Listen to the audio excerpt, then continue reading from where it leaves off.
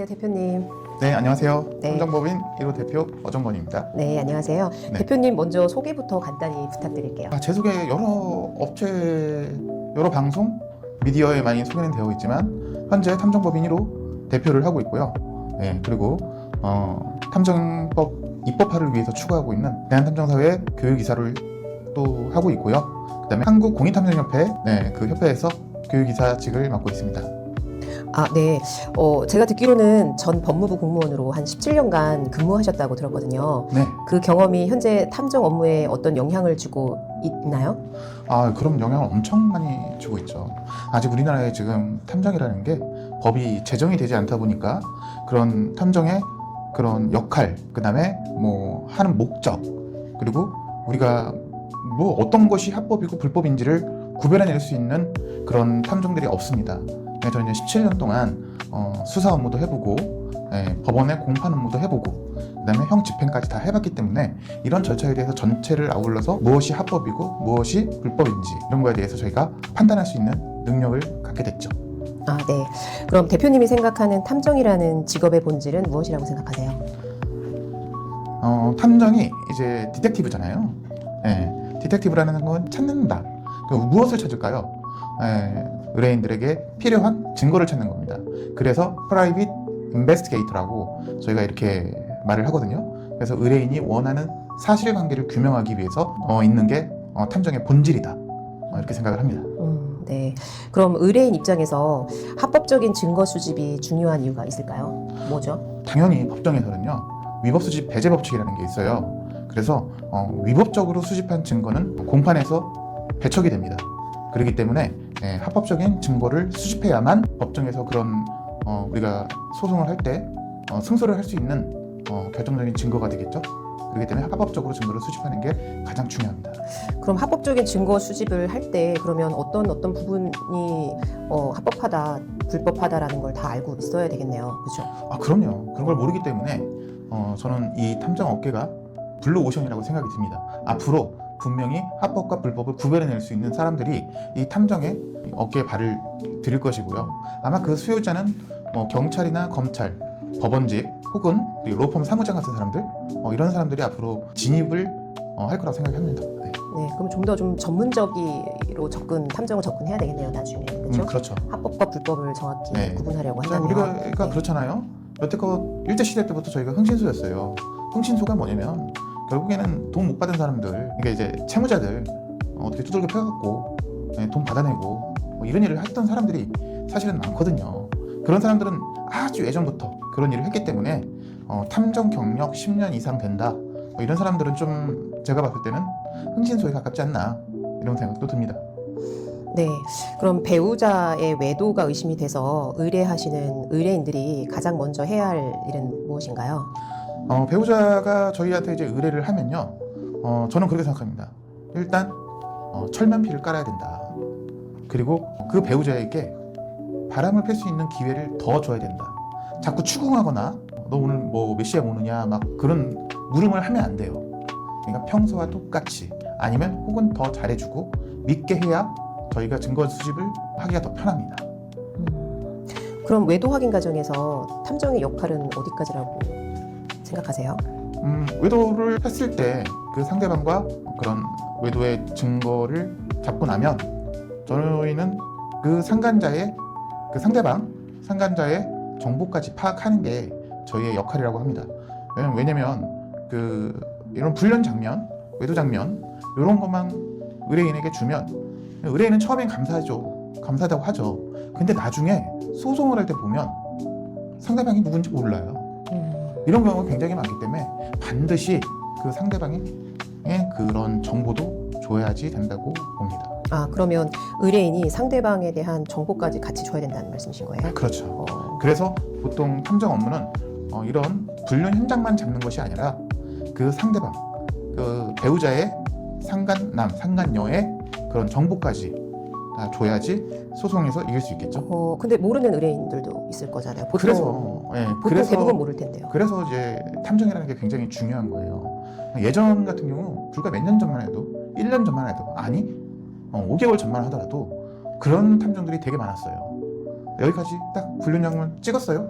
하고 나서 그 정보만 전달해 준 거예요. 근데 그 정보 갖고 이제 법률사무소를 찾아갔더니 당사자가 모르는 분이에요.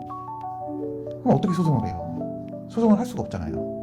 그렇기 때문에 어떤 탐정을 만나느냐에 따라서 꼭 상간자의 정보도 포함을 시켜줘야 된다고 봅니다. 그런데 모르는 의뢰인들 같은 경우에 네. 탐정에서 탐정사님들이 찾아주실 수도 있는 건가요? 상대방의 정보나 이런 것들을 그렇죠. 알아봐 주실 수도 있는 구체적으로 정확히 알아볼 수는 없지만 결국에는 어느 정도 특정이 되면 그 분의 뭐 차량 번호라든지 아니면 집이라든지 아니면 전화번호라든지 이런 게 확인이 되면 법원에서는 거기에 대해서 나중에 보전명령 신청을 해서 우리가 그런 통신사나 아니면 자동차 그 정비소로 가서 그분의 구체적인 정보를 받아올 수 있습니다. 그러면 탐정의 일이 그 외도하시는 배우자의 상대방 네. 외도행의 어떤 정보까지도 네. 알아주실 수 있다는 그렇죠. 거네요. 당연히 네. 그렇게 해야죠. 네. 그렇지 않으면 상대방은 또 나중에 또 의뢰를 하게 되거든요. 상간자의 정보도 왜 안 주시나요? 이렇게 하면서 상간자의 정보가 필요하시군요.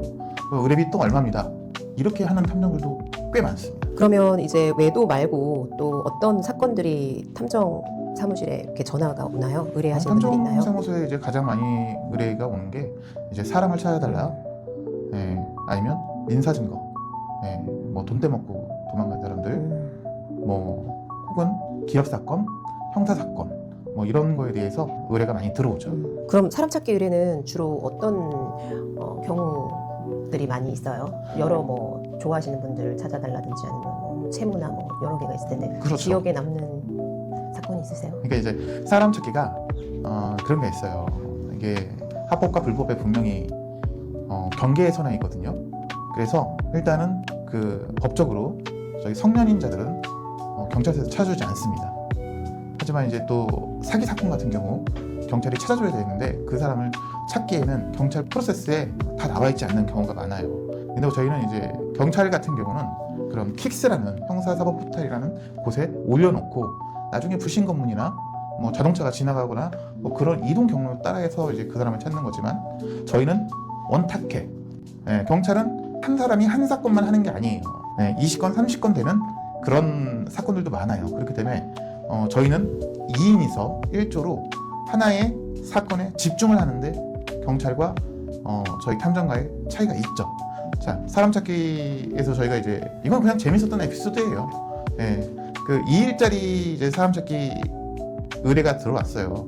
저희가 이제 그래서 부산에 갔는데 이제 시작한 지 20분 만에 사람을 찾게 됐죠. 엄청 빠르게 찾으셨네요. 운이 굉장히 좋은 편이에요. 근데 저희하고 계약한 건 이틀이잖아요. 그래서 20분 만에 찾아서 저는 그렇다고 생각하거든요. 빨리 찾으면 성공 보수를 더 줘야 된다. 근데 의뢰인들은 아니 20분 만에 찾아놓고서는 무슨 이틀치를 다 달라고 하느냐 이런 경우도 있거든요. 늦게 찾아주는 게 좋은 것인가요? 아니면 빨리 찾아주는 게 좋은 것인가요? 네. 생각해보면 가격이 다를 거예요. 빨리 찾아주면 돈을 더 많이 주겠다. 분명히 그런 경우가 있을 텐데 의뢰인 입장에서는 또 아니겠죠. 네, 그러면 혹시 이름만 알고 있는 경우에도 사람 찾기가 가능한가요? 이름만 알고 있어도 사람 찾기가 가능합니다. 하지만 그 이름이 뭐 김철수, 김은혜 뭐 이런 식으로 가면 그건 사람 찾기가 너무 어렵고요. 그 사람의 생년월일 정도 그 정도 알고 있으면 사람 찾기가 굉장히 수월하고요. 근데 이름이 너무 특이한 경우 이번에 우리 지방선거 할 때 선거관리위원장 노태학이라는 분 있잖아요. 그런 사람은 대한민국에 아마 몇 명 되지 않지 않을까. 이름이 그러면 특이해서요. 그러면 금방 찾습니다. 그런 경우. 그러면 사람 찾기 의뢰를 하기 전에 의뢰인이 준비하면 좋은 자료가 무엇이 있을까요?